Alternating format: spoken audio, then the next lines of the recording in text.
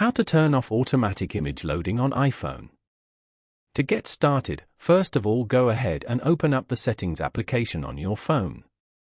Once you're here, scroll down to the end and tap on Apps.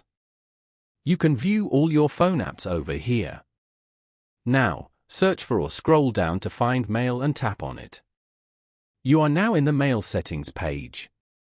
From here, you can add or remove accounts, customize how your mail appears and works and more. Scroll down to the Composing section at the end and turn off the Load Remote Images feature. This way, you get more control over how you use your device. Following these steps, you can easily turn off automatic image loading on iPhone. Thank you for watching. Please leave a like if this tutorial helped you, or leave a comment below if you have any questions related to the video.